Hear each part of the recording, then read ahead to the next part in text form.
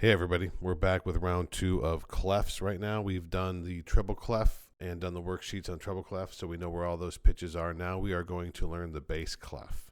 Bass clef is reserved for the lowest pitched instruments in the musical family. These would include things like the tuba, trombone, timpani in the percussion world, and the lower end of pianos and marimbas.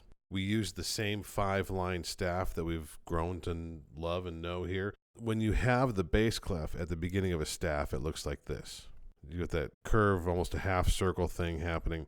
The 2 dots to the right of that half circle are on either side of the F line. Because of that, it denotes where the pitch F is in bass clef.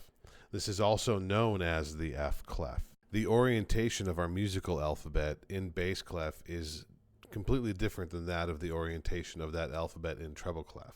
The lowest line of the bass clef staff is actually now going to be a G. In treble clef, it was an E, but now it's going to be a G. The lines continue up from there. The first line again is G, the second line up is B, then D, then F, and then A. The spaces in the bass clef begin with the letter A. The first space on bass clef is A. The next space is C, the next space is E, and then G. The homework for this video looks a lot like the homework we had for the treble clef video, except it's all in bass clef. Make sure you see your clef.